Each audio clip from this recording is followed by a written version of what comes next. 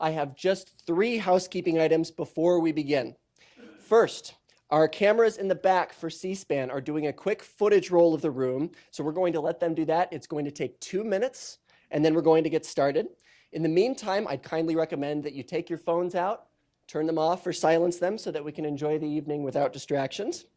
And at the end of tonight's conversation, our staff will walk around the room and pick up your note cards for the Q&A session that we'll be doing with our guest speakers. So all you'll need to do is write those questions down as they come to mind, keep track of them, and then hold them up when the time comes. So the C-SPAN cameras are going to start that footage roll right now, and I'll be back in just a couple of minutes.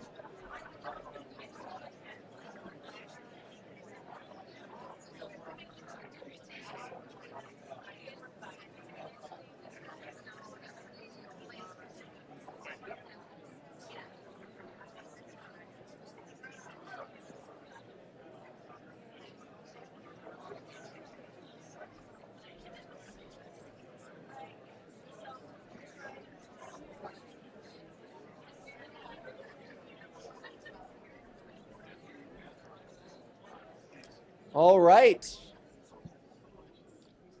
Taking care of business. Thank you so much for your patience.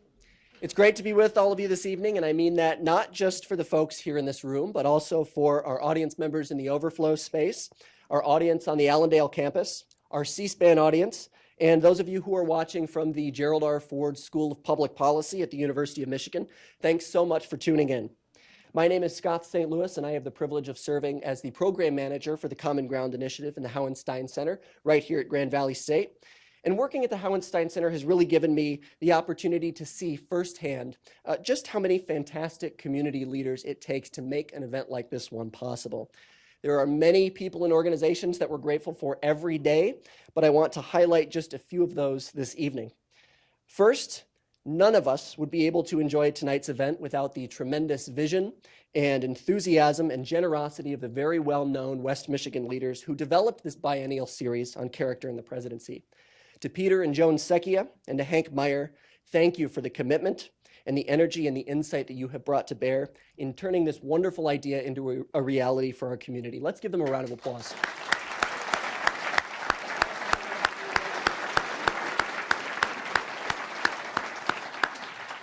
We also thank Joe and Donna Calvaruso at the Gerald R. Ford Presidential Foundation and all of our colleagues at the Ford Library and Museum for the excellent partnership that they have provided in our shared effort to bring national thought leaders to Grand Rapids for timely and important conversations like this one. We're happy to have Mayor Rosalind Bliss in the audience, and we're grateful for the example that she sets in leading our fine community.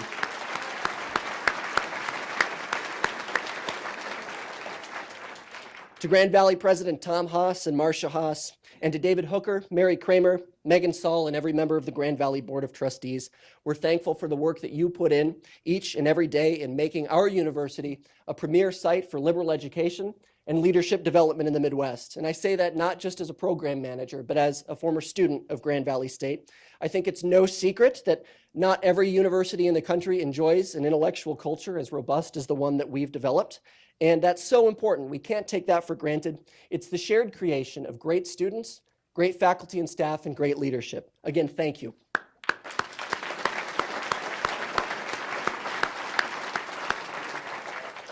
And as always, we're here this evening thanks to the legacy of Ralph W. Hauenstein.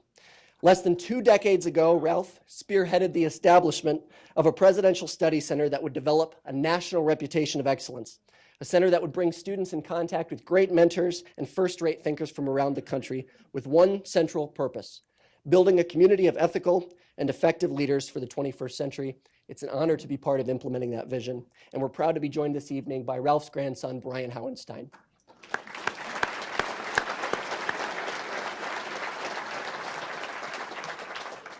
So, character in the presidency. It's quite a subject, isn't it? Here in Grand Rapids, we're lucky to enjoy a fine example of moral courage in the presidency of Gerald R. Ford. So we thought we'd open tonight's program with a brief clip from Gerald R. Ford, A Test of Character, a documentary produced by Peter Secchia that first aired on National Geographic last year. And after that, Ambassador Secchia will come up to give some opening remarks about why he felt the need to initiate this series. Thank you again for being here, and let's roll the clip. But even as President Ford was growing in assurance and popularity, he knew he couldn't truly heal the country until the situation with Richard Nixon was resolved. The former president had resigned, but would he be prosecuted for his actions? At Ford's first major press conference a month into his presidency, journalists grilled him on whether he would buck public opinion and exercise his power to pardon Nixon. Are you saying, sir, that the option of a pardon for former President Nixon is still an option that you will consider? Every day was a different crisis. Every day was a different issue. It was serious times. Whatever charges are made. He needed to and wanted to attack those problems. But he can't attack those problems when you have a press conference and 90% of the questions are asked about Watergate. And you're not ruling it out? I am not ruling it out. It is an option, and a proper option for any president. Over the Labor Day weekend, Ford gathered his closest legal advisors and considered the options before him. He knew that if Nixon did face trial, the country would be mired in Watergate for years to come. But if he steered America clear of that fate by pardoning Nixon before a trial, public anger would most likely cost him election to his own term of office in 1976. The following Sunday, Ford went to the Oval Office to deliver a special announcement to the nation. I have learned already in this office that the difficult decisions always come to this desk. I must admit that many of them do not look at all the same as the hypothetical questions that I have answered freely and perhaps too fast on previous occasions. Now, therefore, I, Gerald R. Ford, do grant a full, free, and absolute pardon unto Richard Nixon for all offenses against the United States from July 20, 1969 through August 9, 1974. He ended his remarks and he immediately signed the pardon document right then and there. I remember catching the eye of Vice President Ford's naval aide, a wonderful guy named Howard Kerr, who was positioned somewhere between the briefing room and the cabinet room. And he caught my eye and I caught his eye and I just shook my head. And he said, "Why are you shaking your head?" I said, "Howard, he's finished. He just cost himself the 1976 election." And Al Haig, President Ford's chief of staff, says, "No, you're wrong. He just made his first presidential decision. Truth is, I think we were both right. There's been some angry reaction to the Nixon pardon. According to White House statistics, phone calls are heavy now, running about 50-50. But telegrams are 6-1 against the president's decision. 600 to 700 telegrams an hour. People were stunned as much as anything, and there was a kind of visceral reaction to what had happened. One telegram from Virginia said, "A just and courageous step. Brace yourself for the liberals and the media." But from New Mexico, another telegram said, "Roosevelt had his New Deal, Truman had his Fair Deal, now Ford has his crooked deal." The people on the left in the Democratic Party said Kennedy and others were hearing screams from their constituents and from their allies. You know, you can't let this SOB get off. Gerald Ford has been actually been hustled by Al Haig and others, and we've got to strike back. Friends describe Mr. Ford's mood as rather grave, and he seemed preoccupied as he came down the ramp, almost losing his footing at one point. The crowd outside grew to about 600 people, and as he left, Gerald Ford heard himself booed for the first time as president. It was such a surprise to everybody that they sort of were stunned and dropped us, 20, 30 points in the polls almost overnight. I felt very good about the future of the country. All of a sudden, in one fell swoop, that's gone. With the 1976 presidential elections looming, Democrats sensed an opportunity to weaken Ford. The president has resigned, was not tried through the impeachment process, and now is being pardoned by the man who he appointed to the office of the presidency. I think it's a disturbing precedent for the country. Subcommittee will be in order. On October 17, Ford volunteered to testify before Congress, the first president ever to do so. The suspicions that were created by the circumstances of the pardon which you issued, the secrecy with which it was issued, and the reasons for which it was issued, which made people question whether or not, in fact, there was a deal. Mrs. Holtzman, I want to assure you, the members of this subcommittee, members of the Congress, and the American people, there was no deal, period, under no circumstances. Ford said, look, the pardon wasn't for Nixon, wasn't for me. It was for what he called the national interest. I was absolutely convinced then, as I am now, that if we had had this series, an indictment, a trial, conviction, and anything else that transpired after that, that the attention of the President, the Congress, and the American people would have been diverted from the problems that we have to solve. The pardon, I think, showed his moral courage. It showed that he was willing to do something that he knew was going to cost him. You don't often see a lot of moral courage in Washington, but that was a clear moment.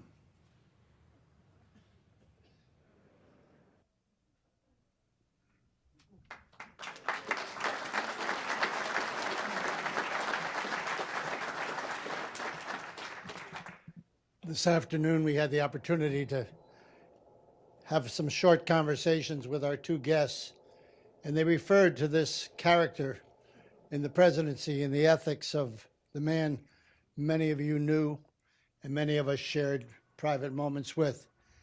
And it was that motivated me to produce this film. After watching on public television a short synopsis of the presidents of the last 2 decades, we came to a point where they talked about Nixon and jumped right to Jimmy Carter. And I jumped up and threw something at the television set and said, damn it, we got to find a way. So at the Ford Foundation, Hank and I have been co-chairing a legacy committee now for a couple of years, but I started this film 3 or 4 years ago. And when I got into it with producers from New York and interviewing with people who do documentaries in California, they weren't interested in doing a film on character and ethics in presidents. And then I watched the debates of the 2016 election, and I watched 17 Republicans calling each other names, and I watched Democrats not knowing what to call each other. It was just no principle involved at any side of it. nobody liked Jerry Ford. And the quality that we knew he had, as Oprah Winfrey called last week, as West Michigan nice, was built into Jerry Ford. It wasn't the water he drank. It wasn't the religion he had. It wasn't just his wonderful parents. It was the fact that he grew up in a community that cared. And judging by the numbers here, people still care in our generation. Now, we have to look at the generations that are still out there. I watch Elizabeth Holtzman. Some things never change. It makes you want to drain the swamp even more. You think back on those days. But what you've got here is a man who meant something to all of us, and the principles, and as Tom DeFrank said, it might have cost him the '76 election. I was asked by Ron White to tell you this quick story about when Ford was in Pittsburgh. The riots were beginning. The demonstrations at the White House. Betty was home alone. He was in Pittsburgh on a Monday. I got a phone call from Bill Lukash, the White House doctor, who said, "Can I talk to you, Mr. Secchia?" "Yes, sir. What's up, Bill?" He says, "President wants you to do him a favor. I want you to fly to Washington tonight and spend the evening with Mrs. Ford. She's alone at the White House. There's a lot going on. She's not feeling well." And I flew out, and you remember those days, everybody. We had to change planes in Pittsburgh to get a plane to D.C. maybe twice a day. And I went out, and I spent that evening sitting there talking to her. The chants outside, the beeping of horns, the booing, all of the tension that was built. And when he came home that night, he came upstairs pretty late. And I was waiting for him to have dinner, and she decided not to have dinner, just the two of us. He sat down. I don't want to break your image of Jerry Ford, but in his early years, he drank martinis. And he pressed a little button on his chair, and in came the naval steward, Filipino waiter, who said, "Mr. President," he said, "I'll have one." "Peter?" "Okay." "What are you going to do, turn down the president?" Yeah. So we had that one martini, and he said to me, "Peter, Nixon blanked up the pea patch. I had to do it, and it'll probably cost me the '76 election." He knew it that night. I was in deep trepidation that somebody else might have been listening, and I was in over my skis. And I'm sitting there going like this, "No, don't tell me anymore, don't tell me anymore." Only because I was over my head. Be honest, I was a 34-year-old lumber salesman who came out and did things for him when he needed me to do them.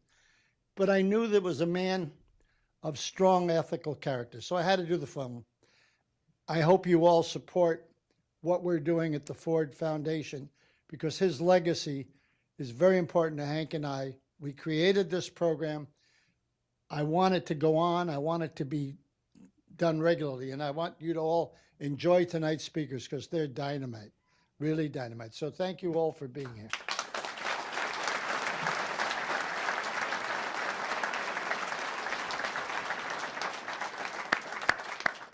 Thank you, Ambassador Secchia. And now it's my pleasure to invite our three guests to the stage. First up is Dr. Ronald C. White. A graduate of UCLA and Princeton, Dr. White is a leading historian of the 19th century United States. He's currently a fellow at the Huntington Library in California and is the author of numerous award-winning biographies on such presidents as Abraham Lincoln and Ulysses S. Grant. Please help me welcome Dr. White to the stage.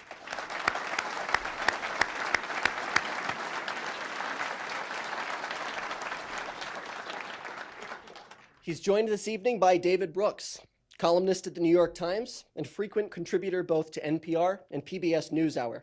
He too has authored numerous best-selling books, including Bobo's in Paradise, The Social Animal, and The Road to Character.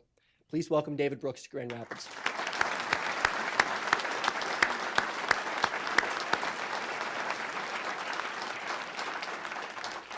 And of course, tonight's conversation will be moderated by our very own Gleaves Whitney, director of the Hauenstein Center since 2003.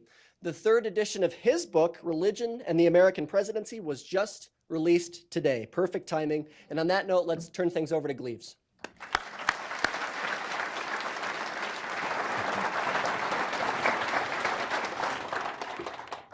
Well, thank you very much, Scott, for that great introduction. I am so pleased that we brought this conversation together.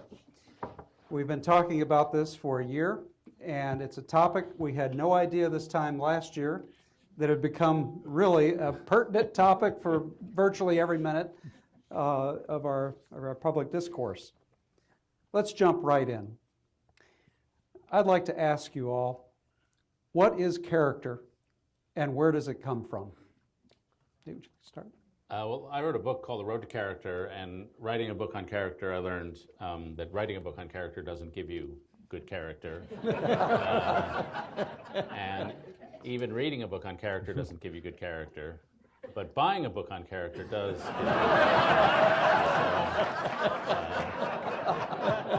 highly recommend that.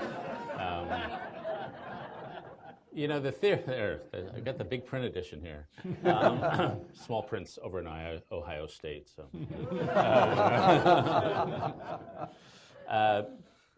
you know, the basic theory of that book is the way you build character is you identify your core sin and you fight it. And we all have some weakness. And for one of my characters, Dwight Eisenhower, his weakness was his temper. And the story I told was of Ike as a little boy at age 8 or 9, wanted to go trick-or-treating, and his mom wouldn't let him. And he got so mad he punched the tree in his front yard and he rubbed all the skin off his fingers. And his mom sent him to his room and let him cry for an hour, and then came up to bind his wounds and recited a verse from Proverbs, which is that he that conquereth his own soul is greater than he who taketh a city. And when he wrote his memoirs 60 years later, he said that was the most important conversation of his life, because it taught him that he had a problem, which was his temper, and that if he wanted to be anything, a leader of any kind, he had to conquer it. And he really spent the next 60 years working on his own weakness. And so to me, the key to character in that, the way I wrote in the book, was the key is humility. And humility is not thinking lowly of yourself.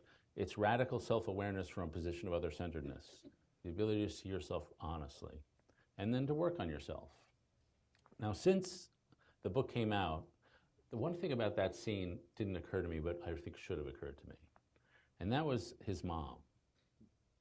All the characters in my book had amazing moms, and Ida Eisenhower was an amazing, amazing woman. Their dads were but the moms were amazing.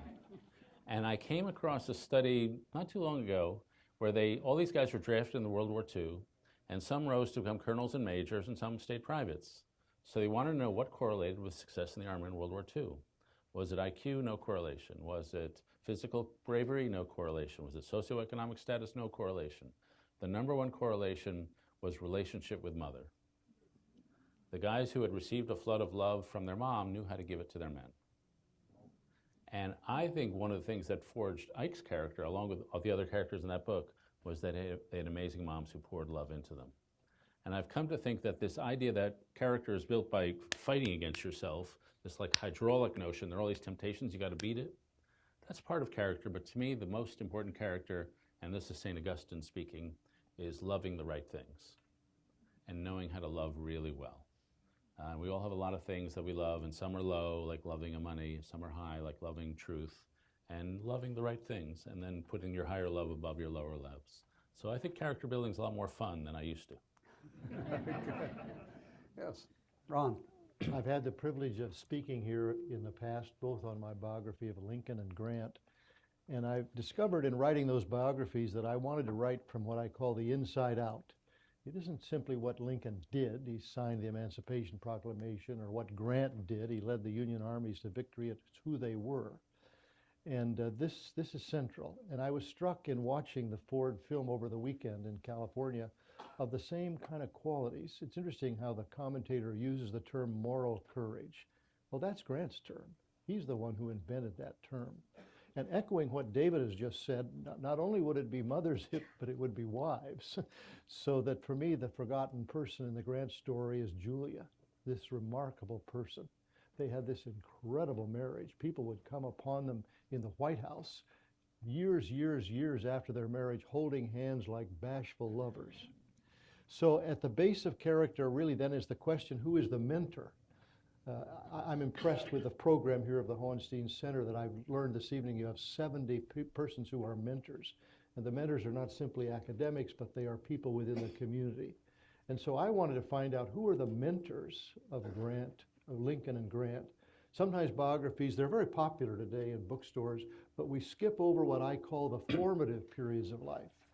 Grant said himself, the reason I do not read biographies is that they do not tell enough about the formative period of life. What I want to know is what a boy did as a man, what a girl did, what a woman did as a girl.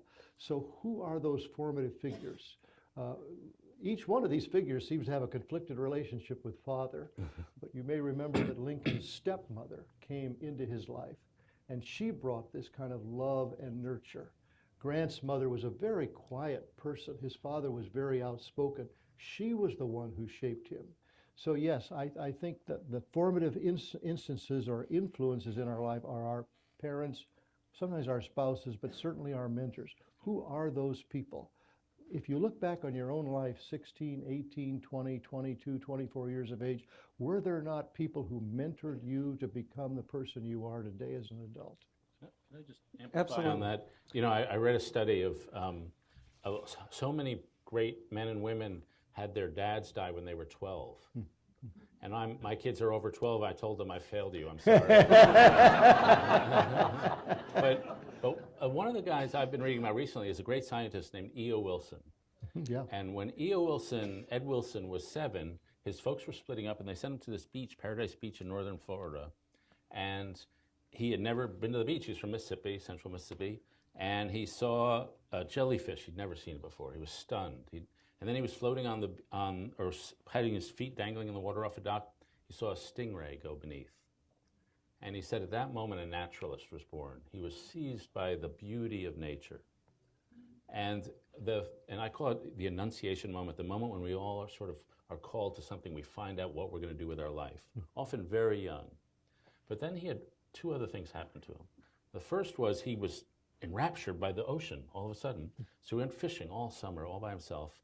And one day he was fishing for a pinfish. He took it off the hook, it flipped out into his face, and the dorsal fin poked his eye, pierced his pupil, and ended up blinding him in that eye. So he's going to be a naturalist, but he couldn't study birds because he had to have stereoscopy or whatever you call it, or fish. But he found ants, and he spent 80 years studying ants. But then he had a very good professor at the University of Mississippi, but then he went to Harvard, and there was a professor there named Salisbury. And Salisbury told him, when you collect your samples, don't collect on the path, that's too easy. Collect across the jungle. And one day Salisbury was collecting on a pond somewhere in the Amazon, and a crocodile grabbed the guy, pulled him down. He escaped, crocodile came back, grabbed the guy, pulled him down. He's bleeding, his whole body's crushed. He drags himself away, drags himself back to the hospital, and gets a cast. And Wilson says, that's no proof of character getting away from a crocodile. But what happened next was, he's stuck in this cast in the Amazon. He spends the next 5 or 6 months dragging himself through the jungle, learning to collect bugs with his left hand. And so I think that's what we want from mentors. First, the support, but we want to be told it's hard, and that it's worthy of being hard. And that sense of importance, that both the toughness, I remember my teachers, the ones I don't remember are the ones who liked me. The ones who didn't like me, I remember those ones. And we sort of want that hardness in a mentor. Yes. I think you're both getting at the idea of character and leadership now. And that's exactly where I want to go next. When I had the privilege of interviewing President Ford in 2005, there came a point in our conversation where I said, Mr. President, what does it all boil down to you? What is the character trait that is the essence of leadership? And without hesitation, he looked at me and he said, trust. He said, trust. People have to know that you're going to do what you say you're going to do. And if you say something to somebody in a private meeting, you're not going to go out in the public and say something different, which contradicts what you were going to say. I'd like for you all to address this issue of character and leadership. What are your thoughts on that? Ron, do you want to start? Well, David has reminded us in his wonderful book, The Road to Character, of the sort of big me personalities that seem to dominate politics, sports, entertainment, whatever the field is. And I'm struck by what I would call, it's a 19th century term, the self-effacement of those figures.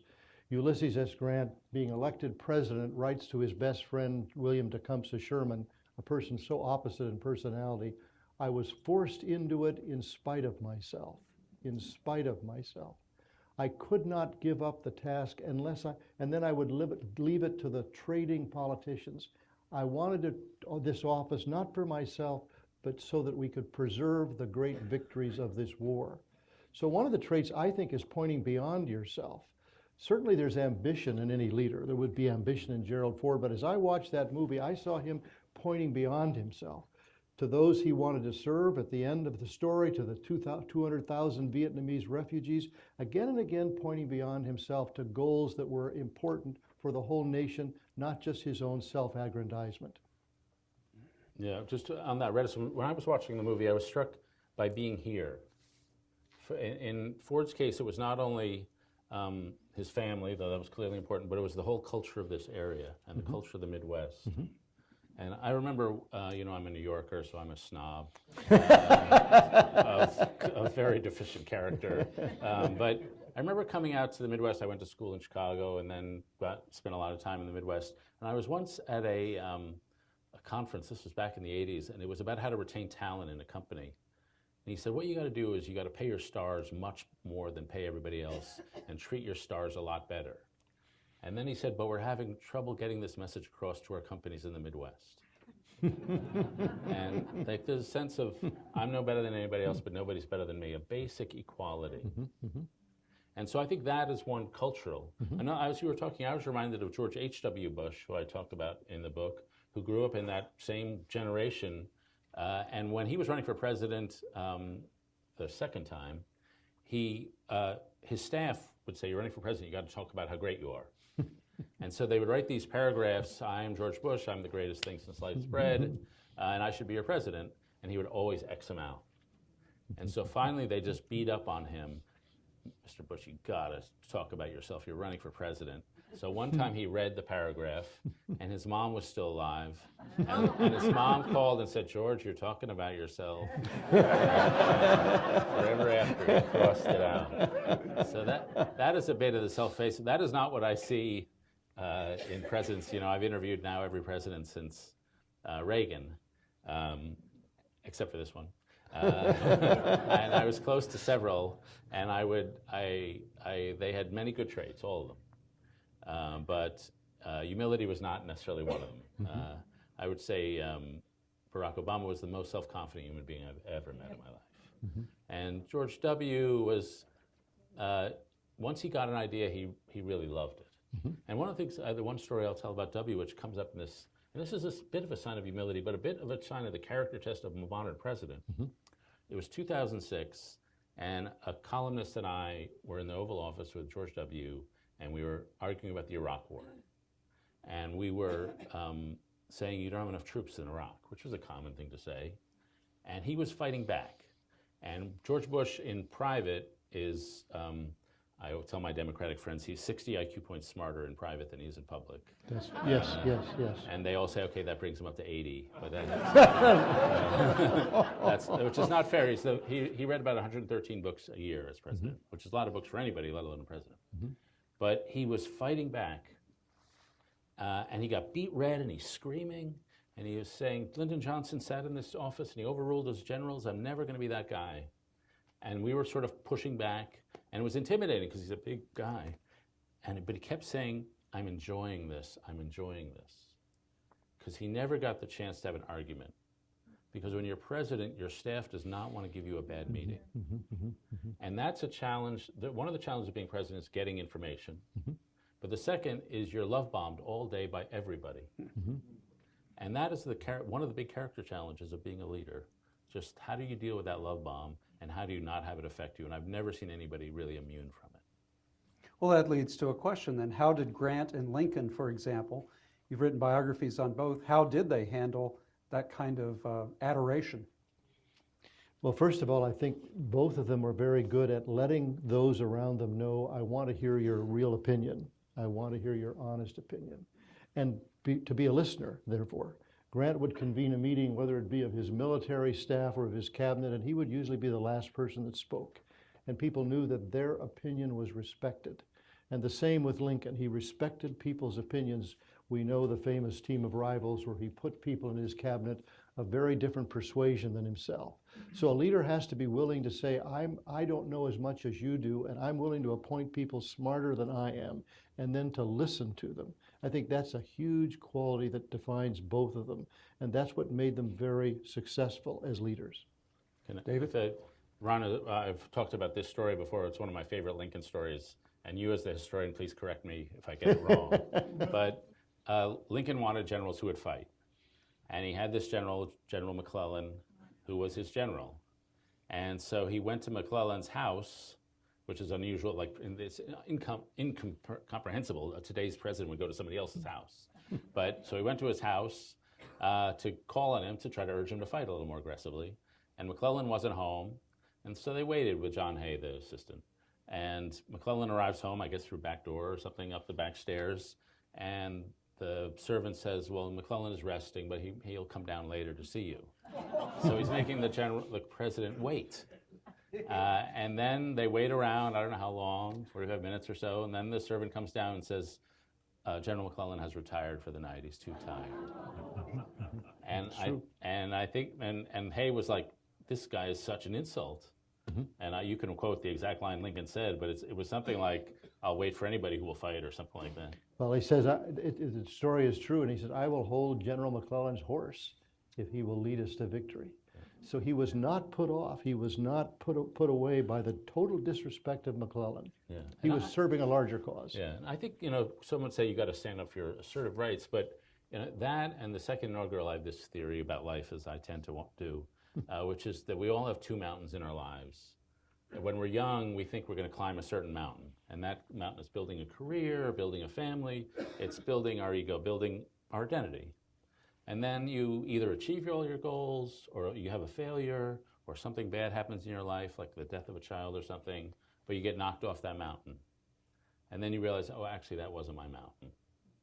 That some larger cause is actually my mountain. And the first mountain tends to be external, the second one is internal. And the first one is about building the ego, and the second is about surrendering the ego. And some people go off into Tibet and meditate for their second mountain, but some people stay in place, but they behave differently. And Lincoln was a very ambitious man. But when the war came, and when he had that episode, or when he wrote the second inaugural, it was not about the ego anymore. That had all been surrendered into something much, much larger. And he's, to me, an example of somebody whose spiritual growth is almost beyond imagining. If I may, I think this touches upon another quality of character and leadership, and that is the willingness to admit one's mistakes and to learn from them. Grant is writing his memoirs at the end of his life. He has throat cancer. He knows he's dying. It's a terminal disease. There is no presidential pension until Harry Truman, and so he's writing the memoirs to provide for Julia. He finishes them 3 days before he dies. The doctors say he only stayed alive so he could finish the memoirs. But even in the last pages, he's willing to admit his mistakes. He's willing to admit what he did wrong. This is just remarkable. And Lincoln is the same. As a young man, Lincoln's humor could hurt. His satire could bite. One day he heard that a man was debating the Whig predecessor to the Republican Party and very critical of it. Lincoln rushes over from his law office in Springfield, and he sees this man speaking, and the man has some kind of what we might call a physical disability. So Lincoln gets up there and not only refutes the man rhetorically, but he begins to mimic the man's physical disability. And the man breaks into tears. He's humiliated, and he rushes out of the room. This is the young Lincoln. But he learned from this. He ultimately sought the man out. He offered his apology. So I think the mark of leadership is, can a person admit their own mistakes? Can they learn from those mistakes and go forward? Grant had this incredible order number 11, where he expelled the Jews in December of 1862. Julia would call it that awful order. But our leading, Jonathan Sarna, our leading American Jewish historian, writes this wonderful book, When Grant Expelled the Jews, and tells that in Grant's 2 terms as president, he appointed far more Jews than anyone up to that time. He was repentant for what he had done. He learned from it, and he became a great friend of the Jewish community. Can you learn from your mistakes? I think that's a quality of leadership. Times have changed so much, though. As I listen to these stories, and I listen to about the integrity of a Lincoln, and we've talked about Eisenhower. Could a Gerald Ford be elected today, or a Washington, or a Lincoln? I mean, that's the question that was asked this last cycle, because we were looking at the candidates, and where are our really bright candidates with a lot of integrity? Could they be elected, or are they too overhandled and coached by media consultants? I somehow feel they could not get elected. I mean, they were all tall, so that's a big advantage. I think how many times in the last 100 years has the shorter candidate won? Almost never. I think Jimmy Carter actually beating Ford might have been the. So I don't know why they don't all just nominate LeBron James. I mean, but somehow I think there are certain qualities of self-effacement that are not when I think of the current batch of presidents. They're all very eye-focused, very assertive. And that's not because they're any worse, but the culture has just shifted. Yeah. And if you look at the use of the first-person pronoun, and they have these things called Google, where you can track the usage of words, and we is down, I is up. There's a thing called the narcissism test, where they ask people around the world, I'm going to read you a bunch of statements, does it apply to you? And there are things like, I find it easy to manipulate people because I'm so remarkable. Somebody should write a book about me. I love to look at my body. And the median narcissism score has gone up 30% in the last 20 years. It's just, and we're #1 in the world in narcissism.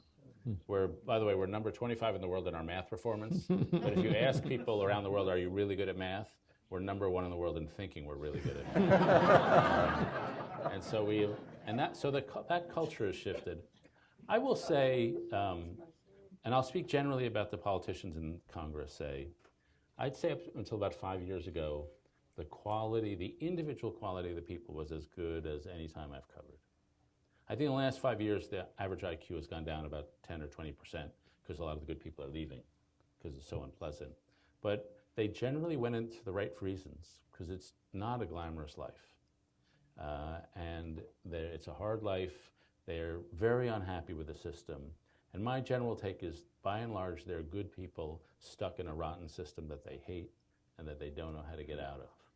And so I do think, in general, we elect people of pretty good character, but we send them into just this nightmare. One reason I write biographies is I hope and trust that by holding up people of the past, we may see a vision or a model. In preparation for this evening, I was rereading David McCullough's wonderful biography of Harry Truman, who in some ways reminds me a little bit of Gerald Ford. He's a common person. He lives by a creed of treat others well, respect your neighbor, believe in God, work hard. And at the end of that long 992-page biography, David McCullough quotes Eric Sevareid, the wonderful CBS commentator of years ago. And Eric Sevareid says, well, he said, I might have disagreed with the President Truman on the atomic bomb, or I might have disagreed with him in terms of Korea. I might have disagreed with him on, but Harry Truman was character. And I think we might want to be at that place where we could disagree with someone's particular policies, their particular decisions or opinions, but if we could see and value their character, that's what it's all about. I think you win the right to be heard. It's not that you have a title, you're the CEO, you're the president, you're the pastor, whatever it is. Ultimately, you win the right to be heard by, I think, your character. Yeah. I would say one thing, I'm reminded of another story. I was covering a woman named Deborah Price, and she was a moderate Republican member of Congress from around Columbus, Ohio. And I was interviewing her office in Columbus, I think, and she held up this pamphlet, and it was a flyer that she had sent out against her opponent. And she held it up like it was a diaper, and she said, this is what I sent out. And she wasn't upset by the stuff that was being hit at her. And when you're in a close race, you sort of lose control of your campaign. The national parties come in and take over your campaign. But she wasn't upset at the stuff hitting her, which was super hard. She was upset about what was going out at her opponent. And her mom, who was like 93, called her up and said, Deborah, I'm ashamed of you for those things you're running against your opponent. And she, she was in a tough place because of this. But she said, you don't win, you don't serve. And they're in an era where to win, they think, or maybe they really do, have to run these kinds of campaigns. And so it's not easy to know how to run a campaign, because you think, if I don't do this, the other person will get to serve, and I won't get to serve, and I want to serve. And so this is the moral compromise that you have to make in modern politics. Well, and if the surrounding culture has become so coarsened, I mean, we've seen a coarsening of language and popular culture, I think.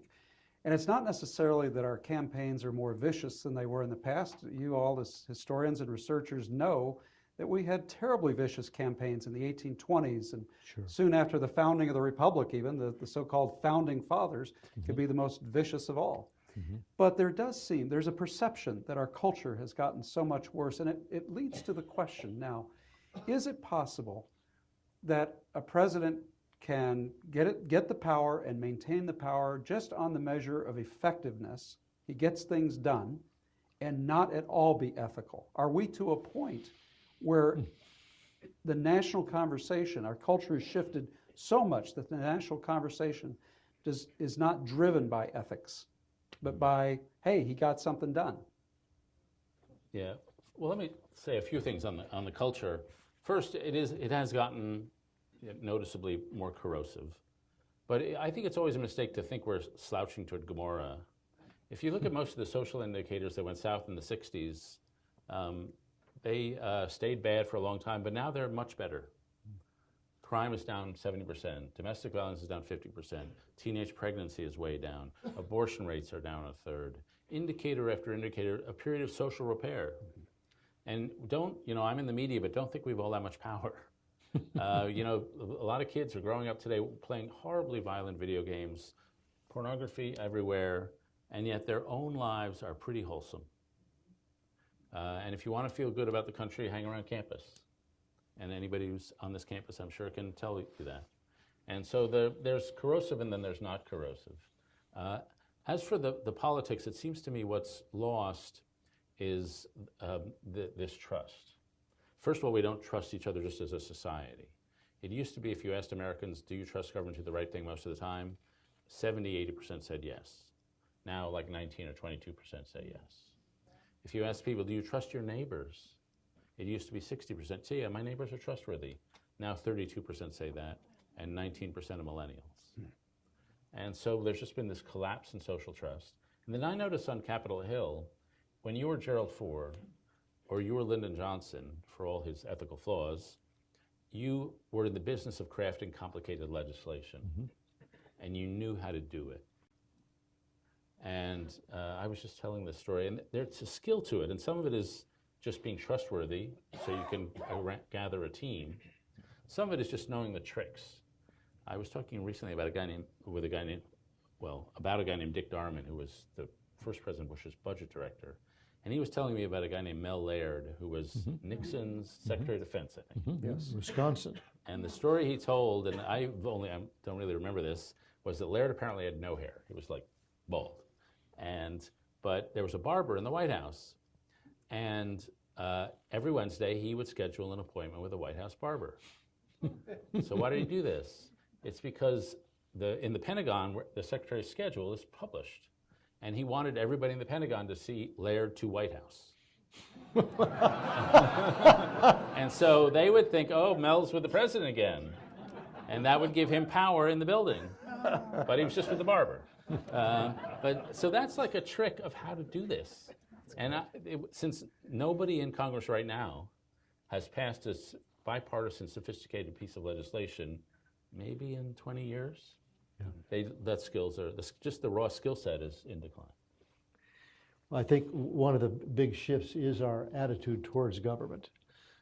It reflected in our candidates. One now runs as a candidate with no experience and trumps that, talks about that. Lincoln was a person with experience. I think our best persons are politicians with experience. Lawyers have experience, doctors have experience. We've been struggling with the infrastructure bill. I recently heard that there's 5 countries that lead the world in infrastructure. They are Denmark, Sweden, Norway, Switzerland, and Great Britain. And the question was asked, what is the difference of those 5 countries? They each trust their government. They believe that government is good and that they would rather trust government than the private industry. And that's how the infrastructure gets going. But we've gotten into such a place of distrusting government. A couple of years ago, I did a teacher's event in Kentucky, and I wanted to visit Henry Clay's home, Ashland, outside of Lexington. And when I got there, the big sign about Henry Clay was his main nickname was the Great Compromiser. The Great Compromiser. It was a positive term, the Great Compromiser. Maybe one of the best people ever not elected president. He ran 3 times. So our distrust of government, I think, is affecting us all across the board, whether it be Republican or Democratic. Yeah. Very interesting. I want to pose one more question to you all before we open it up to questions from the audience and also our audience in Ann Arbor. What I'd like to ask, we're on a campus, a college campus. At the Hauenstein Center, because of the example of Ralph Hauenstein, we do take character seriously. We're about ethical and effective leadership, but the ethical is put there in the first place for a reason. What should colleges be doing at this point to rebuild a culture of character, you think? What books should professors assign? What community reading projects should be undertaken? What kinds of things would you suggest? Well, I think universities have become so specialized, and we've lost the kind of loco in parentis, that we've shied away, we've walked away from the whole idea of character formation. Let's all assign David's book, This is the Best You Can Get. But I think the reason to read biography again is because you watch the shaping of character, the formation of character. That's very different than just doing a survey class in American history or European history. We need to watch the way the formation of character in individuals and lift that up as models for young men and women. And that book was based on the distinction between the resume virtues and the eulogy virtues. Yes. The resume virtues are the things that make you good at your job, and the eulogy virtues are the things that you say about you after you're dead, whether you're honorable, courageous, capable of great love. And that my belief is that most universities are really good at teaching the resume virtues, but don't know what to say about the eulogy virtues. And so the students are hungry for it, but they don't have the vocabulary, moral vocabulary. There's certain words that are not part of their vocabulary: sin, grace, mercy, charity. And so without those words, it's hard to understand spiritual development. And I'm talking about, and so I would give talks about this to the students, and it was like a sprinkler system in the desert. Any talk of character, they wanted, because they're like all of us. We have a moral yearning to lead a good life, but nobody was supplying that. And I would go especially to secular universities, and the hunger was so palpable because the professors were specialized. They didn't think it was their business to do it. I go to Calvin or Hope, and they're like, "Yeah, we do this all the time." They're like, but then, and so what they do is they get out of college, and a lot of them don't know their purpose in life. That's fine. You're 22, and they're in flux, and they are without moral authority. They're without moral language, and they really don't know how to find meaning and purpose in their life. And so, what does we in adult culture tell them? Well, first we say, it's okay to fail. That's what every commencement speaker says. And from that you learn if you're Denzel Washington or J.K. Rowling, failing looks good. Second, we tell them, be free. Explore your freedom. And they say, no, I've got plenty of freedom. I need authority and structure. I want some knowledge. And then we say, well, look inside yourself. You do you. They're like, yeah, I'm looking inside myself. I don't, there's nothing here. There are no answers here. And they say, but your future is limitless. And so basically we give them a series of empty boxes. And partly because we've grown up in a culture, maybe stretching back for hundreds of years, where the emphasis is all about liberation and emancipation. Break free, break free. And that's like getting out of Egypt if you're Moses. But there was a second chapter, a second piece of that book, which was taking the law at Sinai and rebinding. And we're really good at the emancipation part. Mm-hmm. We're not good at the rebinding part. Mm-hmm. And so people get lost in their freedom and they just don't know how to define. And I think that's just a national failure, not just a university failure. We're very good at freedom from, but we haven't yet transitioned into freedom for. And there's a huge distinction between the two. Very good. Do we have any questions? While we're waiting for questions to come forward, let me just comment. I think some of the attractive figures of history, like Socrates, is very compelling to students because Socrates teaches you the long, arduous road to self-mastery. And there's something heroic about that that's really, students will respond. It puts the romance in philosophy, for one thing. I mean, that there is a reason to struggle. Yeah. I teach a seminar, and I at the last assignment, we read 14 books in the seminar, and the last assignment is pick any book and use it to describe a personal problem you're going through. And I assigned 14 books, and 19 of my students chose one book. And it was a book called The Long Loneliness by Dorothy Day. And she was a very remarkable woman who was a mess as a young woman, as so many people are. She gave birth, and if I can remember this correctly, she wrote an essay about the act of giving birth, and it ended with this little paragraph. If I created the greatest sculpture, written the greatest symphony, or composed the greatest novel, I could not have felt the more exalted creator than I did when they placed my child in my arms. And with that flood of love and joy came a need to worship and to adore. And she needed somebody to thank, and she decided God was the person to thank. She became a Catholic, and she spent the next 60 years of her life not only serving the poor, but working and living within the poor, embracing a life of poverty as a Catholic social worker. And she transfixes them because she's so emotional, but then she's so dedicated and so committed. And a lot of that, I'll take that. I'll take one of those. Yes. Very good. Well, here's a question from this audience. In this disruptive political moment, how should citizens build the resilience it takes to remain engaged and informed, even amid the toxic exchanges that take place so regularly in the news cycle and in public life? I think resilience is the key word. I think, again, having spent a lot of my time working with young people as a college chaplain, as a professor, there's a tremendous idealism that is so attractive in young adults. But the question is, what will happen when you meet the obstacle, when you meet the problem? Do you have the resilience? And that, I think, causes us to go much more deep within ourselves to find what are the ideas that are really motivating you. This is a difficult time in which we live. But I'm worried that many of us, many of my generation, are sort of withdrawing. It's a frightening time. We need resilience to continue the task of building a more just society. Yeah. And I would say, the first thing I would say is keep having faith in politics. A lot of people want to zone out. And the first thing we say about that is the ability to not care about politics is a luxury you have if you live in a healthy society. If you live in a sick society where you can be shot or you have to bribe, you do not have the luxury of not caring about politics. Second, if you don't care about politics, politics will care about you.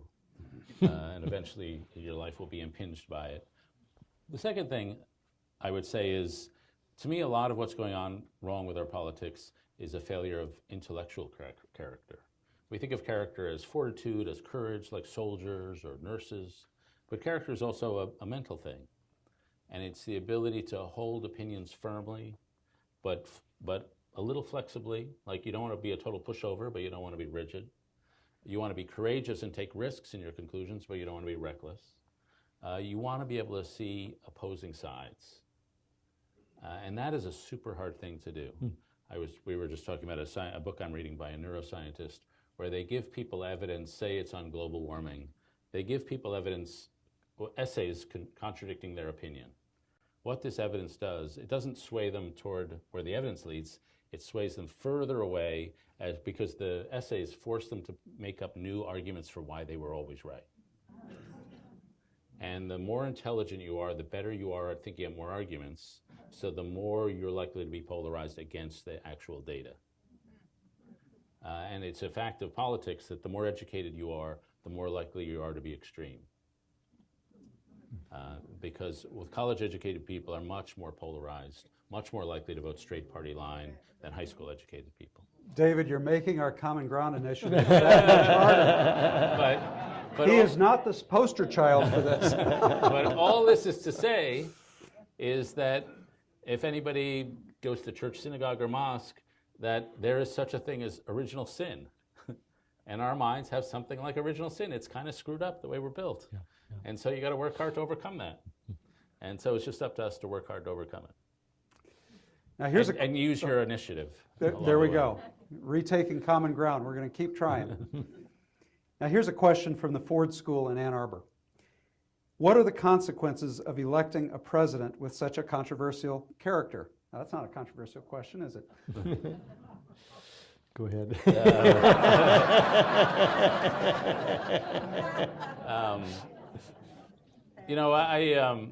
There's always a good, a lot of moral decisions are competitions between virtues.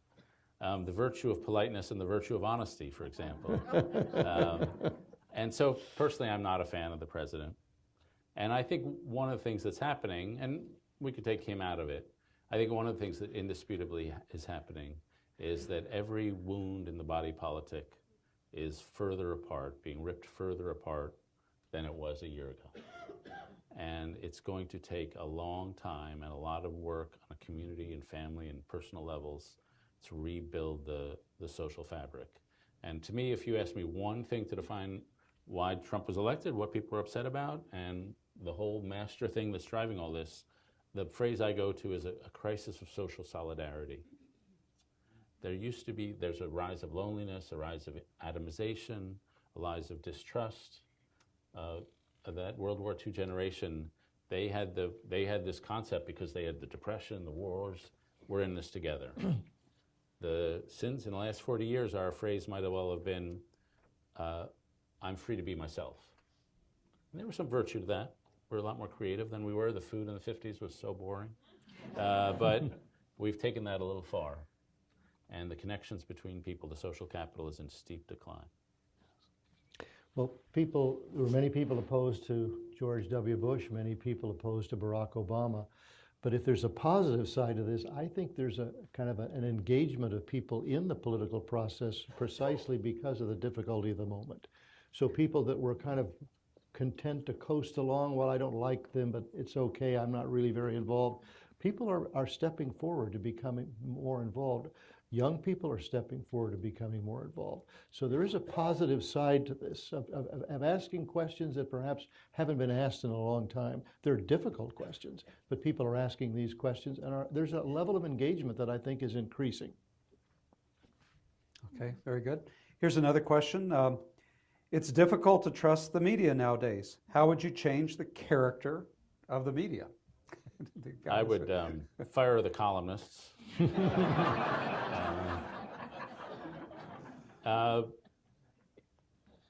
I'll say a couple things about the media, of which I am a lifelong member. I do think, I'll say of my colleagues, not only at the Times, but elsewhere, most of the people I work with, and I'm a conservative columnist at the Times. My joke at being a conservative columnist at the New York Times is like being the chief rabbi at Mecca.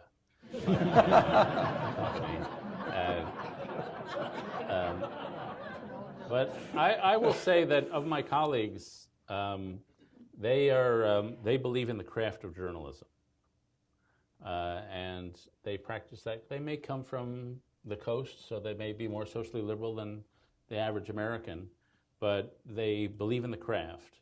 And if you think Hillary Clinton campaign loved us, I guarantee you that is not the case. And so there is and I happen to think that in the Trump era that there have just been a series, the Trump White House leaks like no other White House ever. And as a result, there have been a lot of scoops and stories, most of which have been pretty accurately checked out. And so I happen to think the Post, the Washington Post, the New York Times, a bunch of the papers have had a good moment. Whether I would always believe in InfoWars or Alex Jones, if that's the media, then no, I have a darker opinion. But the established media, I think, has had a reasonably good period, frankly, over the last year, especially at my employer who pays my salary. I think the media is much better than often is given credit for. My concern is quite different. A professor at Stanford went and interviewed students in middle school and junior high school in Northern California, and he asked the question, where do you get your news? They didn't read newspapers. They didn't watch television. All of their news was coming through Facebook. And so when they are asked, well, what about the credibility of this story? They weren't able to ask that question. So now there's a few teachers, one in Alexandria, Virginia, teaching American history on fake news, on how a person would actually ascertain, is this a reliable source? People are not asking that question. So I'm much more worried about a younger generation that isn't even reading the media or watching television. I think that's a great concern. Now, this is a really interesting question. The questioner asks, if you did have, and I think it's for both of you, if you did have the opportunity to interview President Trump, what would you ask, and how would the interview go? What would you push on? I told you people in West Michigan are civically engaged. Yeah. Well, oh boy, that's a tough one. I guess the question's been asked before, and that is, have you made any bad decisions? Are you willing to admit any mistakes that you've made? I mean, this is what I found most perplexing, the unwillingness to sort of admit that something has gone wrong. If you looked at the vocabulary of great, great, great, great, great, great, great, it just keeps going on, and there doesn't seem to be very much nuance here in terms of the complexity of the life that we're facing. The prospect, it's traditional for presidents to have columnists in for lunch once a month. So it was normal to go in there and get to talk to the previous presidents. Somehow that invitation has been lost in my email. But I would say my general rule at those meetings for all presidents is don't ask about a past decision, because they're usually so defensive about past decisions, they'll waste 20 or 30 minutes of your time justifying something they already did. So always ask, what are you thinking about the decision right in front of you? Mm-hmm. And so I would try to get a sense that there must be more. Presidents are also very different public to private. Their private lives, they're much more normal. They're much more willing to admit the mistakes. They're much more willing to say, boy, we screwed that one up. They're much more, a lot of what they do is character appraisal. Praising other world leaders, other people in the government. A lot of it is just personnel. And so I'd want to just ask him sort of some character appraisals, and then just what is the thinking behind this or that decision. There must be multiple levels of subtlety that he doesn't put on in the showbiz version of himself. And I'd just be curious to know, how is there something beneath the showbiz? Well, here's a question about, I think from a realistic point of view, all organizations go through periods of dysfunction. How do you envision our way out of the current chaos in Washington, in the presidency, and in our country?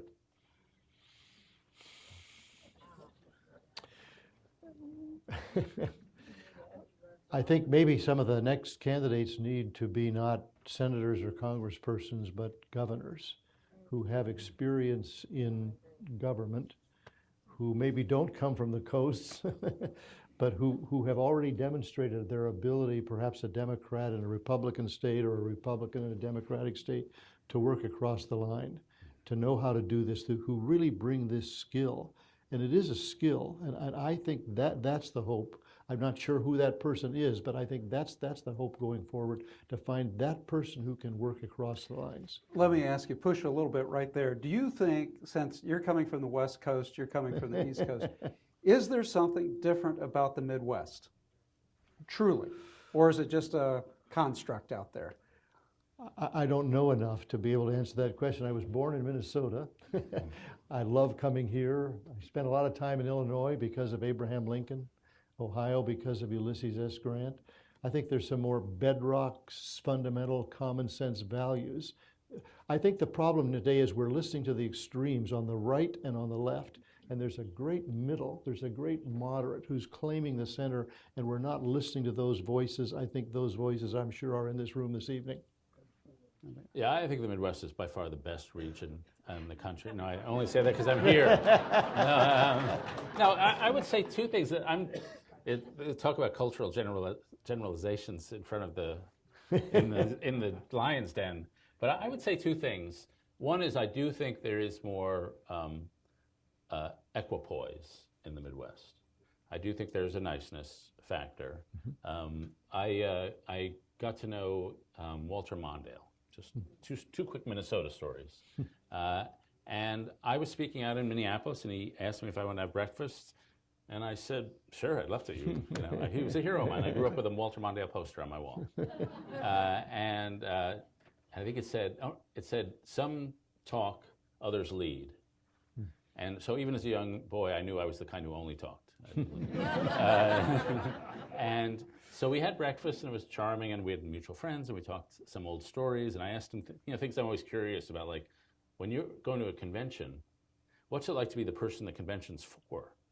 Because, like, they're big operations, and he said, you're not really even part of it. You come in the last moment, you give your speech, you have one celebration, you're gone. And so I've never seen, the convention I saw least was the one where I was the nominee. But it's sort of interesting. And so, but he kept saying during the breakfast, oh, well, you probably have got to go do some work. And I was saying, no, like, I'm happy talking to you. And he said it like 3 or 4 times. And finally I said, oh, he has to go. He's just giving me a polite way. So I went up to my hotel room, and I came back down 20 minutes later, and he was still sitting there alone in the breakfast room. But his modesty was such that he wanted to give me an out because he figured I had something important to do. And that, I do think that I find that with a lot of the senators. There's another senator current Senator Amy Klobuchar, a very normal, charming, nice human being. The story I tell about her, I was flying back from Minneapolis to D.C., and we happened to be sitting in first class in the airplane. She went back to work the room, back of the plane, because she's a politician, and then she came up, and the flight attendant saw her come up from the back of the plane to the first class cabin and said, I'm sorry, ma'am, you can't come up here. And so she looks at me, and I'm like, I'm thinking, like, I've never seen this woman before in my life. But you can do that because normal. So I do think there is a much greater equanimity, which you see when you're covering the Iowa primaries. However, I would not say the Midwest is more politically moderate than any other part of the country. Look at who wins the Iowa primaries. And so that's either good or bad. It's just a point I make, that you can have emotional equanimity without having necessary political equanimity. Well, in 1972, George Wallace, I think, wins the Democratic primary. Jesse Jackson wins in 1988 in Michigan. So Michigan has had a track record, for example, of going sometimes a little bit more out there than sort of the mainstream, which buttresses your point. We only have time for a couple more questions, but this is a good way to sort of start to wrap up the evening. What do you think biographers and historians will write about our current situation 20 years from now? We got the crystal ball right there. I only write history. It's a tumultuous time into which we have no idea how it's going to play itself out. The people who said, well, Donald Trump isn't going to last for 3-4 months or a year, we have no idea what's going to happen. And there's forces at work today that are different than we've had before. It's a different political culture. It's a different nation. It's frightening in some ways because it is so different. But I think it would be foolish to try to make a prediction. Yeah, I would only say, I mean, as I've written a million times, I'm not a fan. I think it's the most dysfunctional White House I've ever seen. And nonetheless, my view is that Donald Trump was the wrong answer to the right question. That a lot of people who voted for Trump voted for real legitimate reasons, having to do with social breakdown, having to do with economic dislocation, having to do with the moral injury they'd suffered, a loss of dignity, a sense of invisibility. And I think before, whether Trump serves 4 years or 8 years, that the breaking apart of America along education lines will still be there. And when you get a fundamental rupture along those lines, then you get some pretty nasty stuff. And we'll be judged on how well we deal with breaking the ruptures between the educated, the less educated, the urban and the rural, the black and the white, the right and the left. And if we can rebind the country has happened. I mean, I think the British Empire, I've been thinking about this, the 1830s. 1810 was a pretty bad period for the British Empire. It was collapsing. British society was really kind of a mess. But frankly, they had a religious revival that helped. But the empire had a second burst of steam. Mm-hmm. And it's up to us to whether we can have that. Okay. Here's a question from Ann Arbor to stretch us a little bit. Can a moral foundation for leadership be found outside of religion and a strong family structure? And if so, where would that moral foundation come from?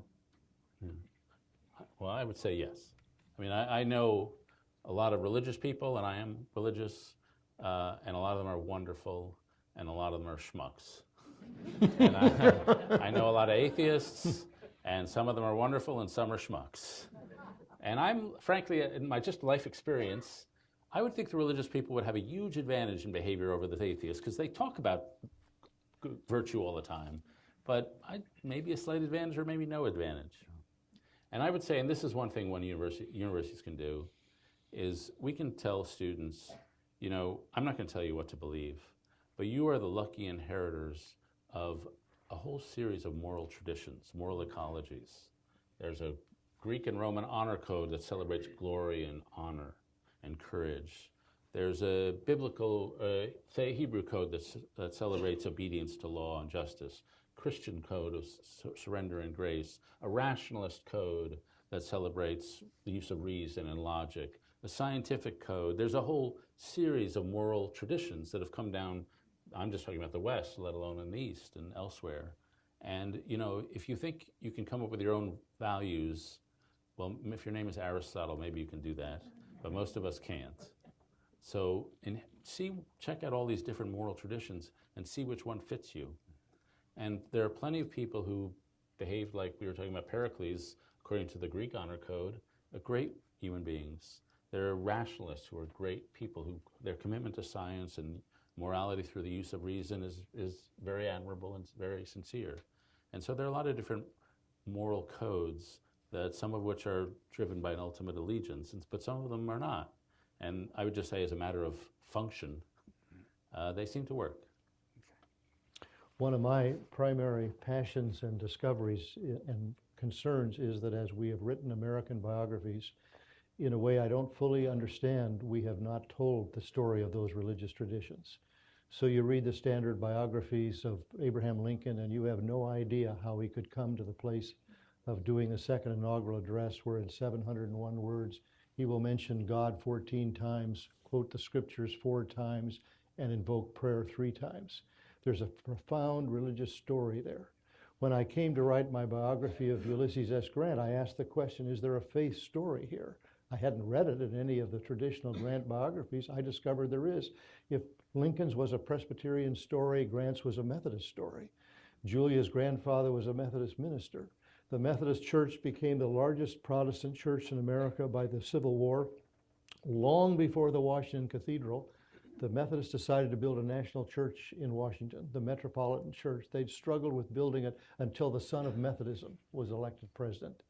That church was inaugurated and installed 4 days before Grant was installed as president. Grant was a trustee. Julia was the person who would retire the debt on the church. Now I'm doing a new project on Joshua Lawrence Chamberlain, the hero of Gettysburg. There's a profound congregational story there. After attending Bowdoin College, he spent 3 years at Bangor Theological Seminary. This is part of what marks America. It's deep religious traditions, but you don't often find this in the biographies. So you read about these people and don't really know this. I had lunch with David Eisenhower, and he told me that of all the presidents, Billy Graham told him that he had known the person who he had the most profound faith conversations with was his grandfather, Dwight Eisenhower. Did you know that Dwight Eisenhower was baptized while he was president of the United States? Joined the Presbyterian Church while he was president of the United States? You don't find that.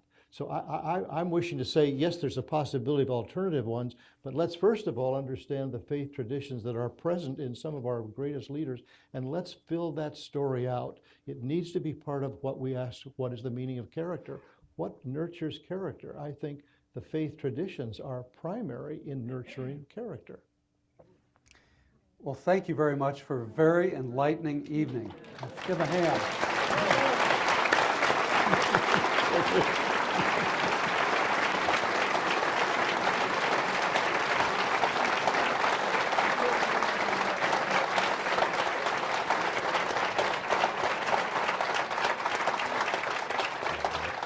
I just want to close by saying thank you for all of you who support the efforts of whether it's the Ford Foundation, the Ford Library and Museum, the Hauenstein Center, Grand Valley State University, for bringing programs like this to our civic spaces in West Michigan. It inspires students more than you know, and that's what we're in the business of doing. So thank you so much for your support. Thank you for being here to lead a great conversation. Good evening.